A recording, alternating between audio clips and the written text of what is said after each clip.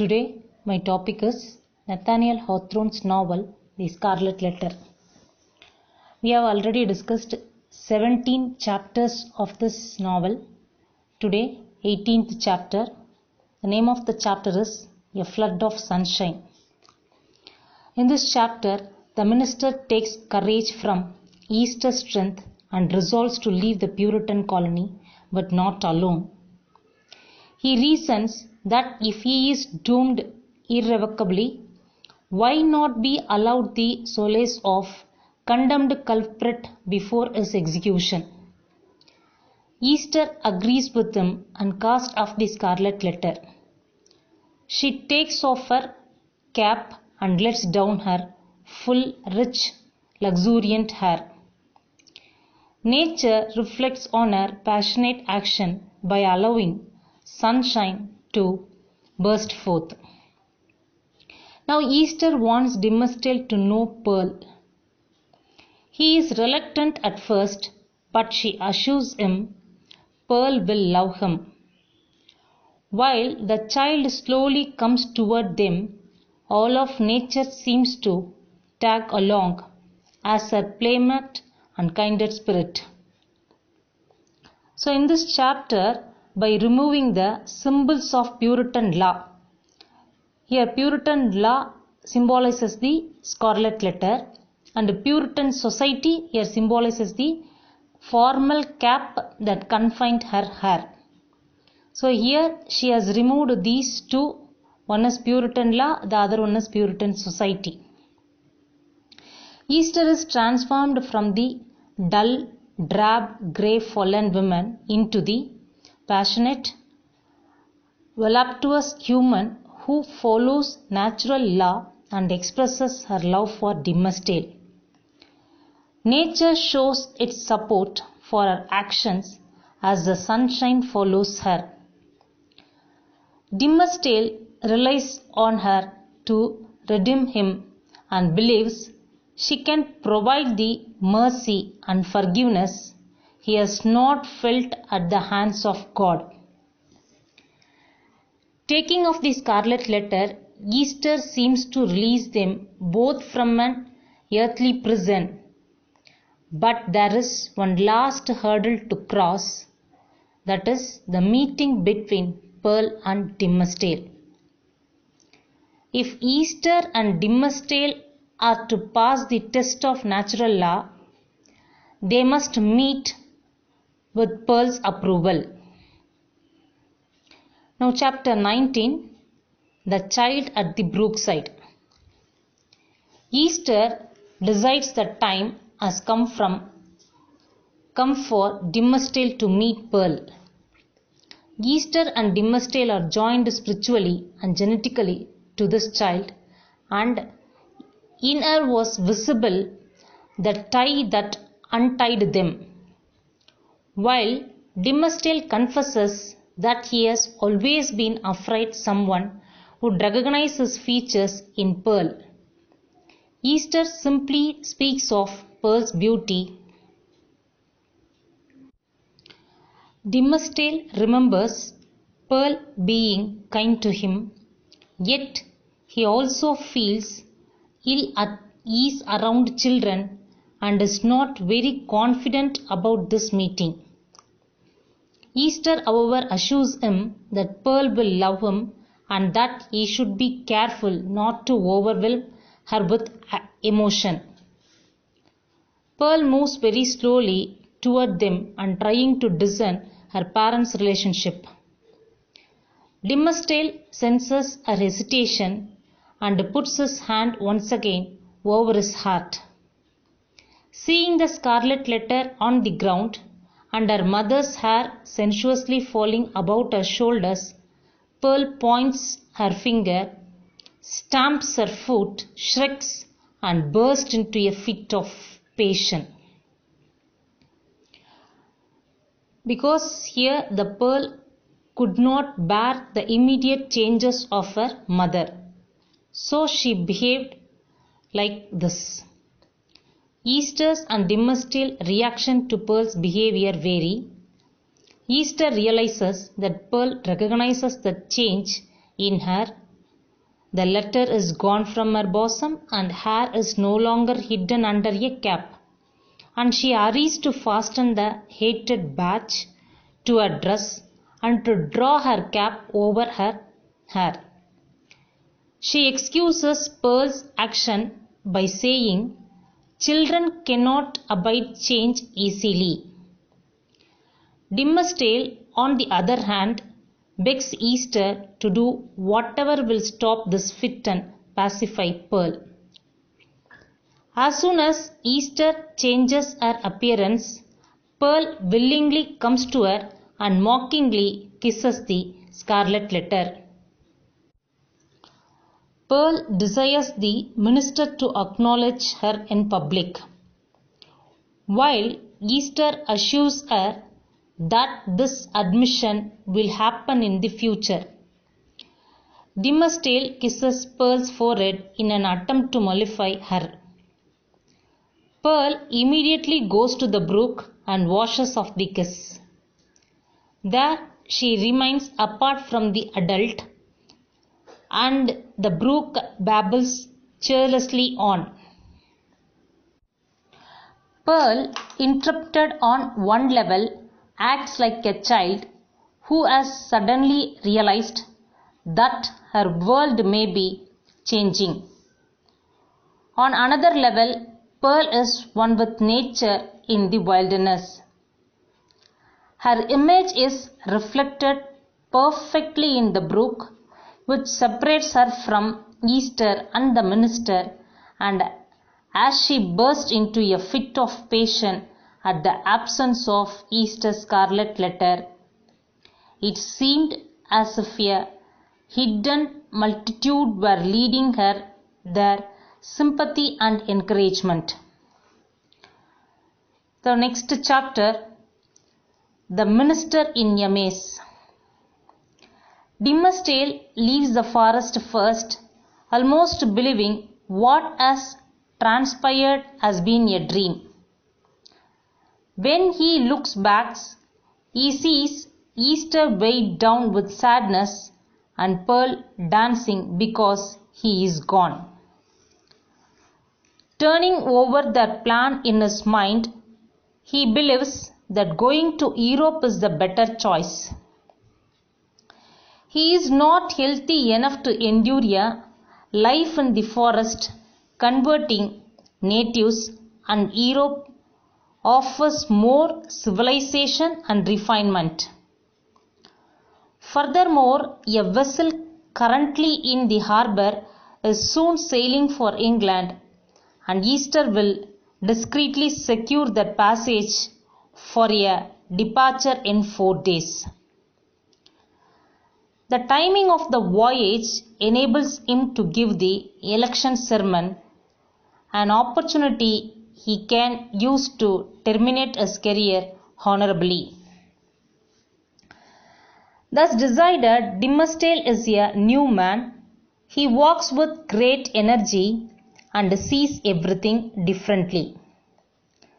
In fact, he sees things so differently that he almost becomes afraid for himself. 3 times he meets people of his congregation, and each time he is tempted to do something terrible. Mistress Ibbins invited Dimmesdale, that is sister of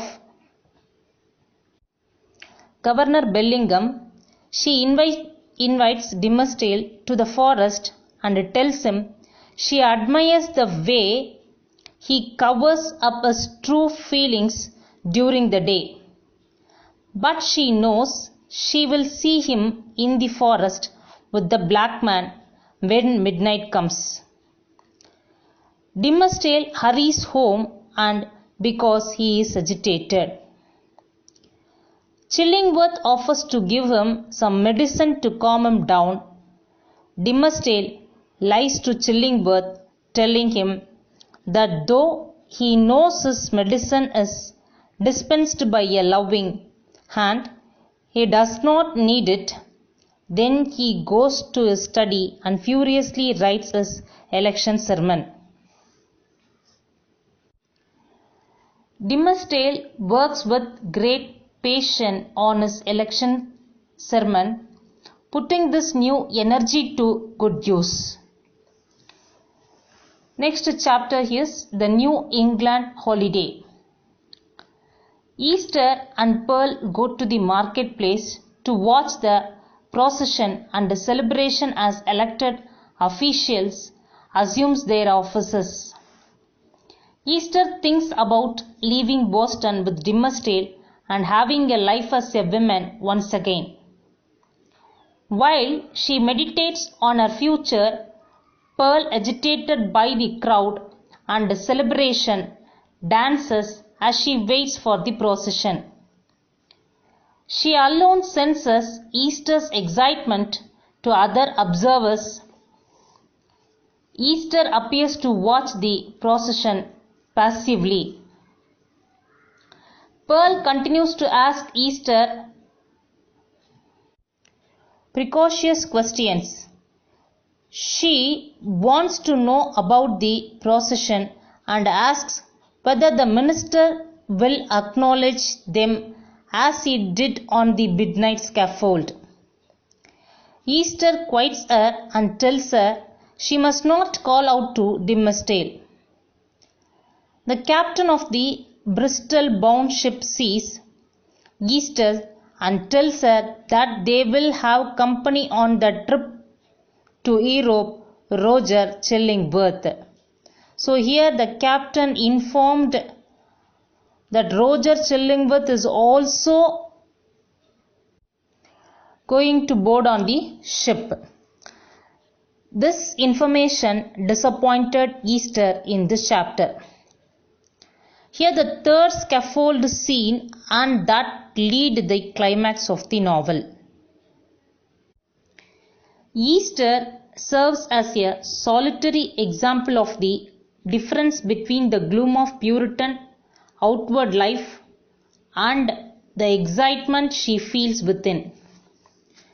She must show little joy and certainly no indication that she plans to leave the colony with Pearl and Dimmersdale.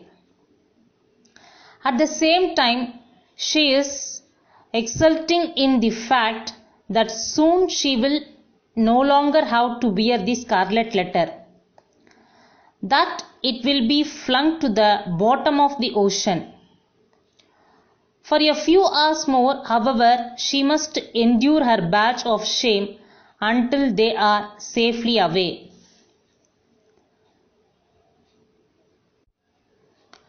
Pearl's comments are also important in this chapter because they point to the doom facing Dimmersdale unless he publicly repents.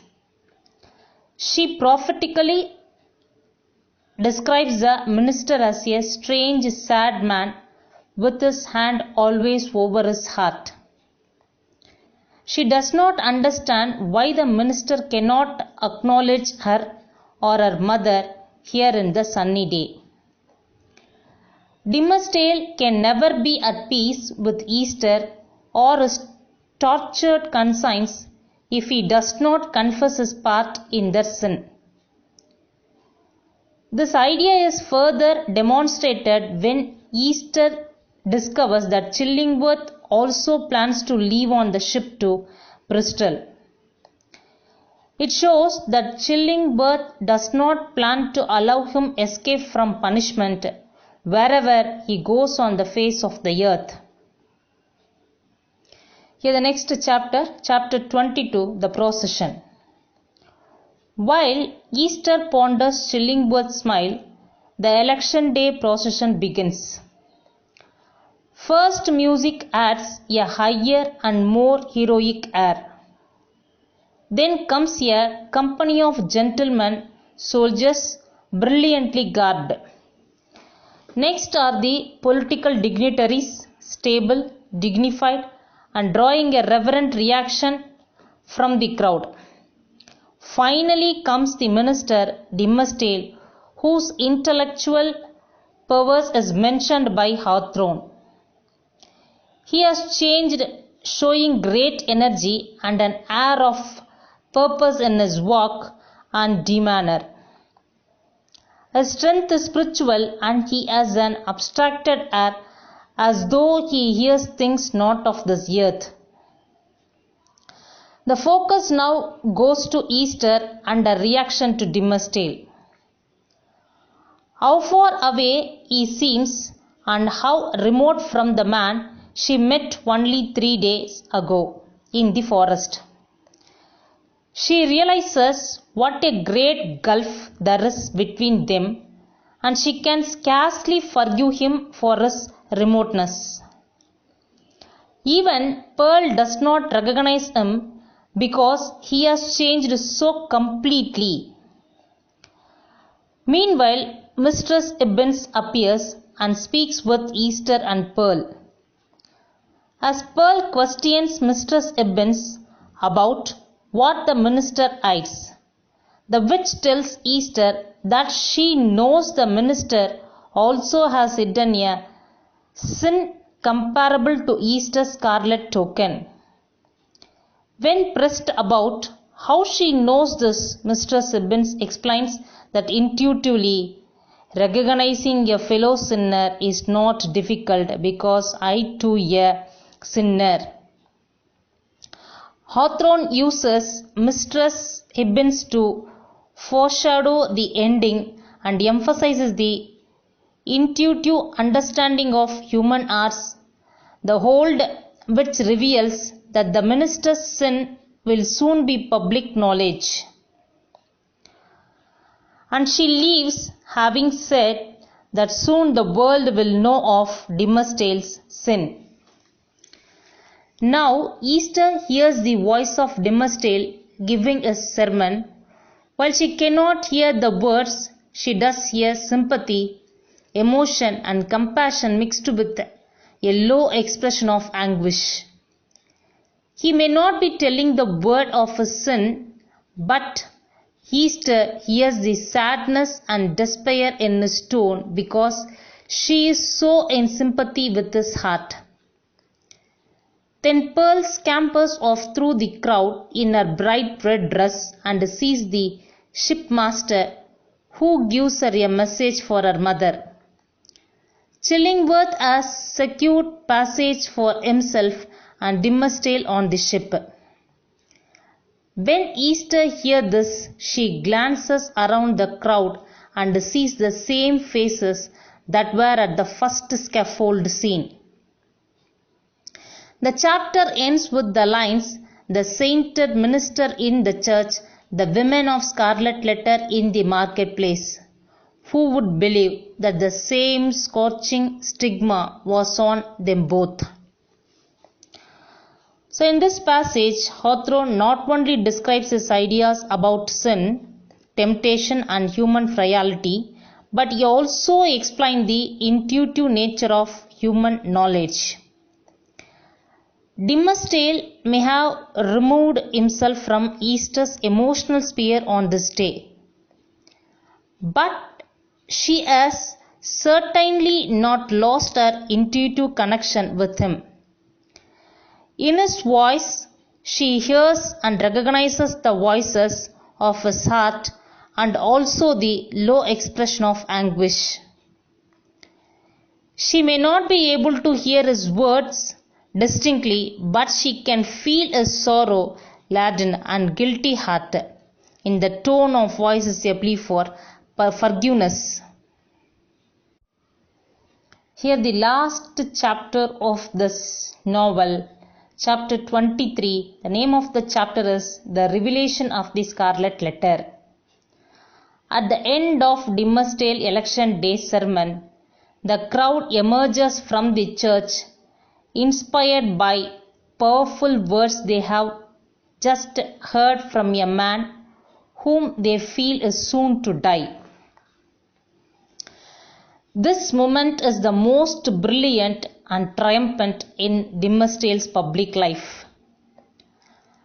As the procession of dignitaries marches to banquet at the town hall, that is feast at the town hall, the feelings of the crowd are expressed in a spontaneous shout of tribute to Dimmesdale.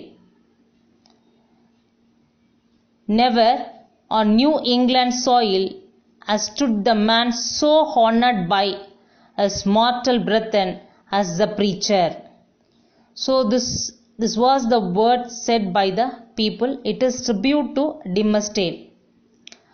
But the shout dies to a murmur as the people see Dimmesdale totter feebly and nervously in the procession. His face has taken on a deathly pallor, and he can scarcely walk. Several people attempt to help him, but the minister refused them until he comes to the scaffold where Easter stands holding Pearl by the hand. There Dimmesdale pauses. As the minister turns to the scaffold, he calls Easter and Pearl to his side. Suddenly Chillingworth appears and attempts to stop Dimmesdale, but the minister scorns the old physician and cries out to Easter to help him get up to the scaffold. The whole crowd watches in astonishment as the minister, leaning on Easter and holding Pearl's hand, ascends the scaffold steps. So everybody is shocked by the scene.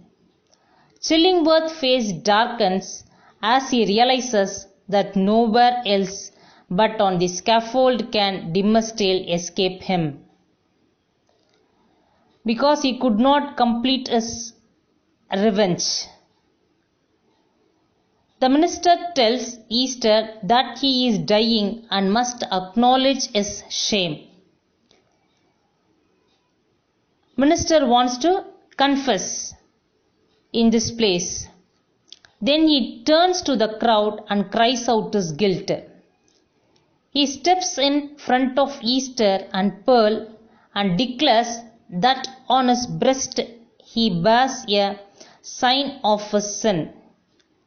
He tears the ministerial band and from his breast and for a moment stands flushed with triumph before the horrified crowd. Then he sinks down upon the scaffold.